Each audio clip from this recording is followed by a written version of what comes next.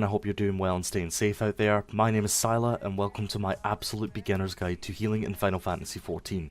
This guide will be aimed at brand new players coming into Final Fantasy XIV and want to play the healer role, or for the current players who want to try out healing for the very first time.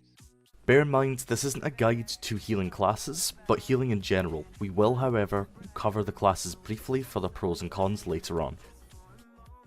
If you are new to my channel, I am a Sage main player. I stream on twitch.tv/Sylah Umehara. The links are in the description and I hope to see you there soon. I also want to give a big shout out to Liz Hortha, Shinna Idra and Maya Bear for being the models for this guide. Healers in FF are indeed responsible for keeping the party alive, cleansing debuffs and reviving fallen allies. However, they're also an extra source of damage. You may have noticed if you watch any video from a healer's perspective, healers are spending the majority of the fight doing damage rather than constantly using their casted healing skills. And this is the norm for us in Final Fantasy, due to our off-global cooldown healing abilities being far stronger than our casted ones. The only exception I can think of this at the time of recording is White Mage's Lily spells. While playing a healer in Final Fantasy, you should approach with your mindset of yes, your colour is green and you are identified as the healer of the party in raid, but you should be trying to put in as much damage as you can. For example, on a very generic level, the average DPS of a healer can span from 3.3 all the way up to 4.8k DPS with current gear, with some leeway here for strategies. If both healers are doing 4k DPS, that's an extra 8k DPS that the party is doing, resulting in a much faster kill. Bear in mind this is a very late game concept. The moral of this whole story is never develop the assumption of I'm a healer, not a dealer. This does not apply in Final Fantasy. There are 4 healing classes split into 2 classifications, or healing styles. The pure healers, who focus on powerful heals to restore HP, and the barrier healers, who mitigate and absorb damage.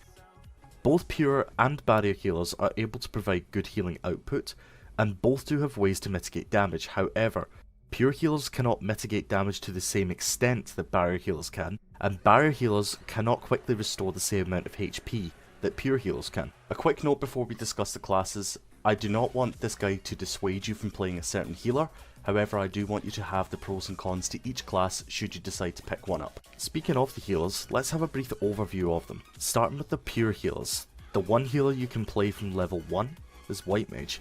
White Mage is a fantastic introduction to healing and a powerhouse when it comes to healing output.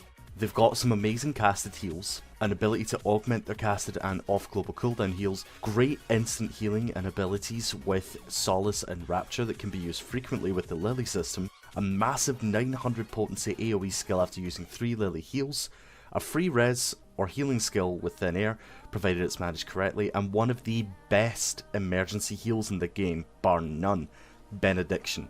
Simply put, White Mage is your go-to for simplicity and power. Anyone who has played World of Warcraft's Holy Priest will feel at home with White Mage. But White Mage does have some glaring issues, pardon the pun. For starters, White Mage doesn't have any damaging ability that can be instantly used while on the move besides Blood Lily. We could fit Assai's in here, but Assai's is an off-global cooldown ability and doesn't provide the same movement freedom that Lily can. White Mage is the only class that doesn't really develop into a more complex version of itself at higher level brackets, and by higher level brackets I mean level 60 and onwards. Yes, you will get lilies and you'll need to use them and spend them to build up the Blood Lily, but it's just simple.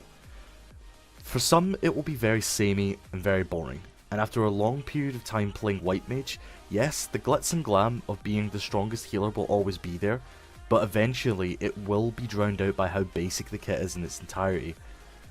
White Mage also suffers from MP issues now thanks to the change to Thin Air.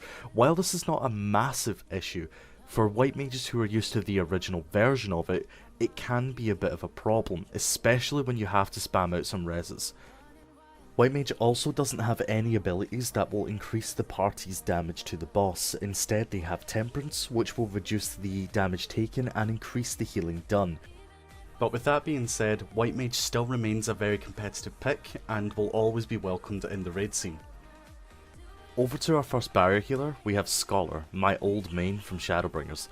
Scholar is definitely a step up in complexity, but in a good way. Scholar focuses on mitigating damage taken with powerful shields and utilising the fairy pet to assist them with healing output. It will feel quite strange to anyone who's used to playing White Mage and is just starting Scholar for the first time, because the playstyle is more proactive rather than reactive. Scholar has a plethora of off-global cooldown abilities with extremely unique uses. For example, Excogitation is an incredible anti-tank buster ability, Sacred Soil is a great damage reduction placed onto the ground for the party, a nice spammable emergency heal in the form of Lustrate, and a big AoE heal in the form of Indomitability. Let's not forget as well the new abilities that Scholar has: Protraction, which will make healing a breeze, and Expedient, a movement speed increase and damage reduction built into one button. We can't forget to mention the Scholar's pets, the fairies. They provide some nice healing over time, healing increases and damage decreases. The augmented version at level 80, Seraph, which is an activatable ability, provides an extremely strong instant heal with a big shield on top of it.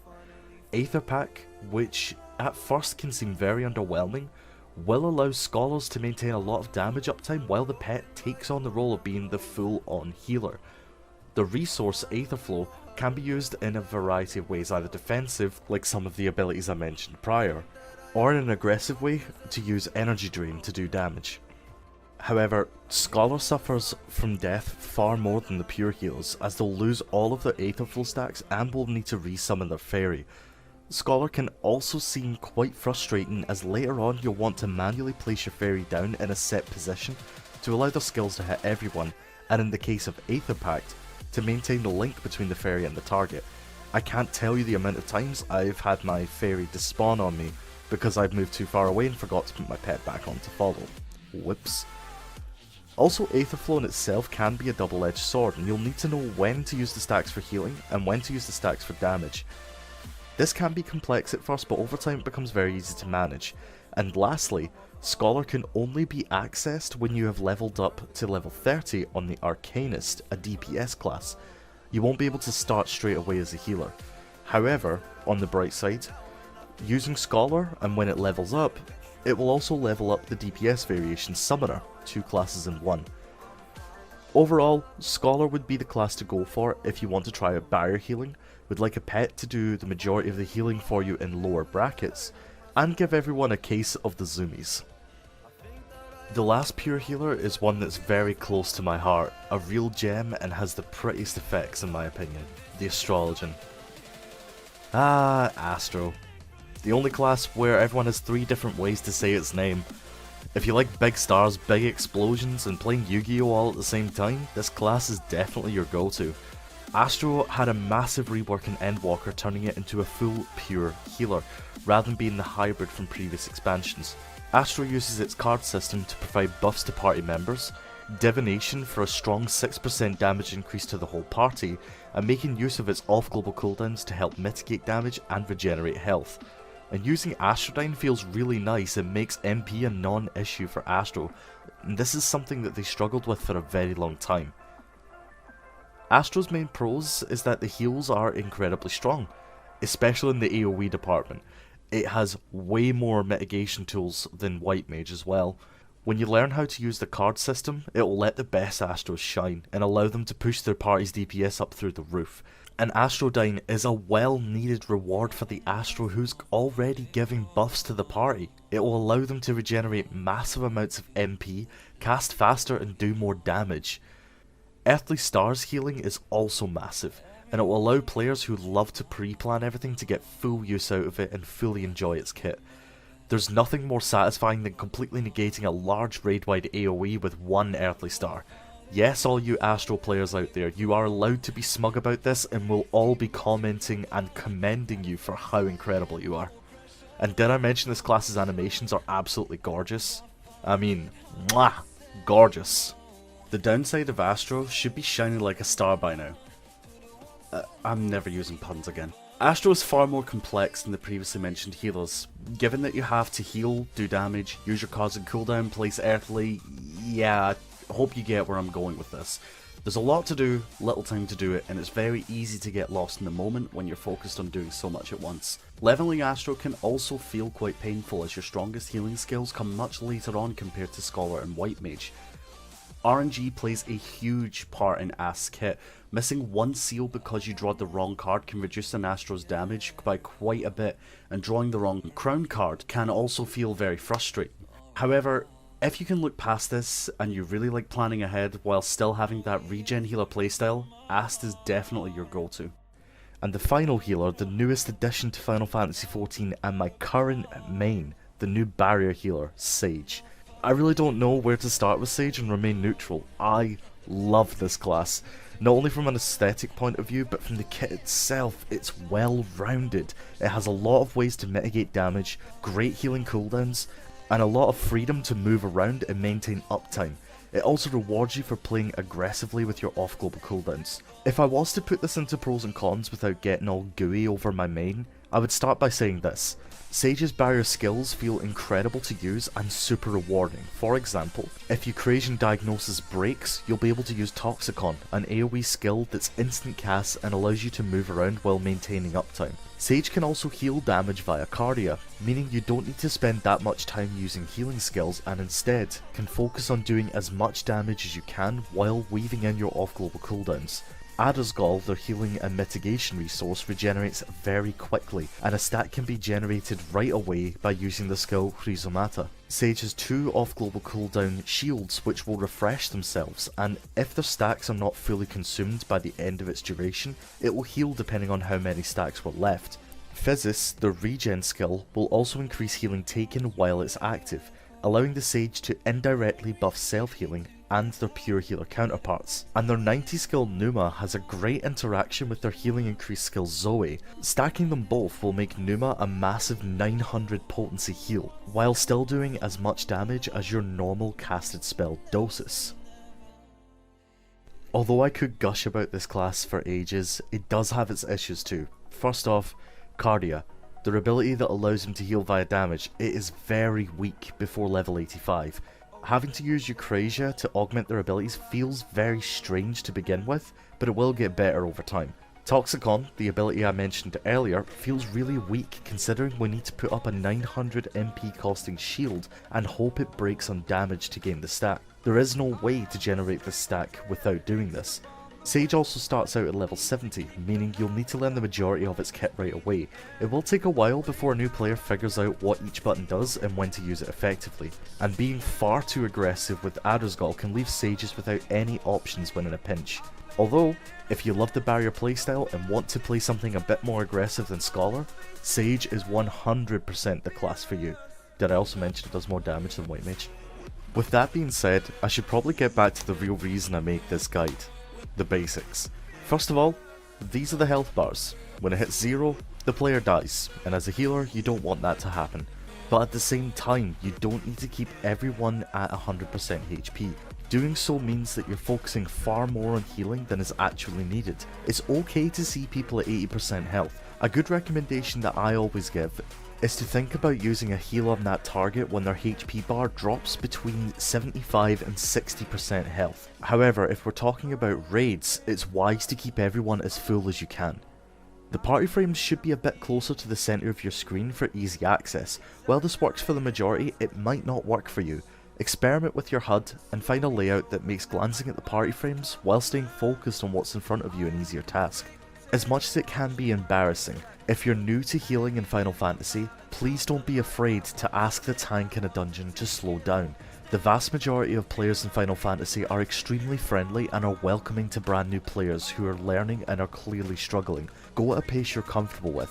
If the tank is pulling large packs of mobs simultaneously, which we refer to as wall-to-wall pulling, and you're not comfortable with it, say something. The worst thing that can happen is the run takes a little bit longer. When playing a barrier healer, get into the habit of putting a shield on to the tank before they run in and pull mobs.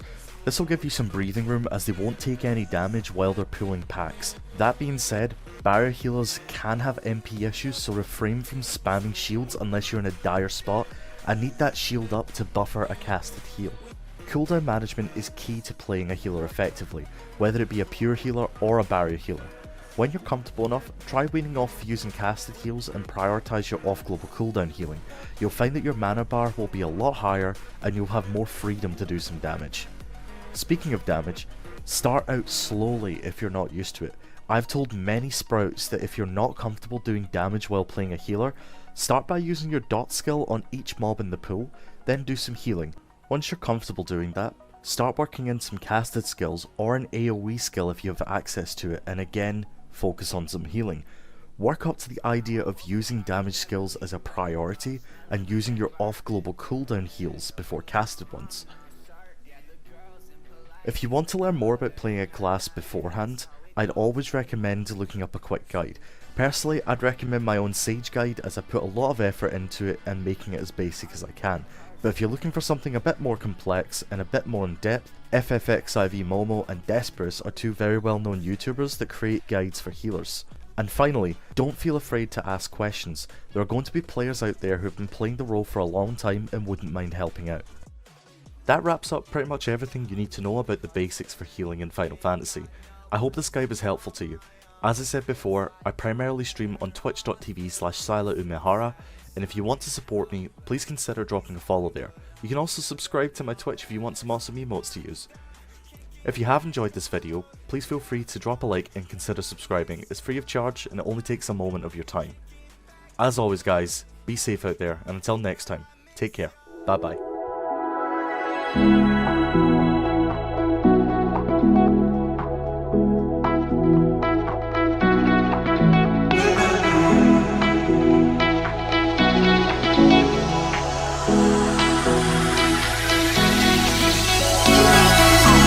Those hands and lights can't stop me.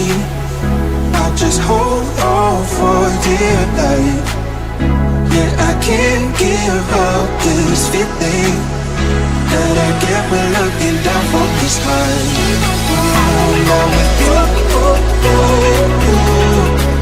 when I'm with you, I'm with you.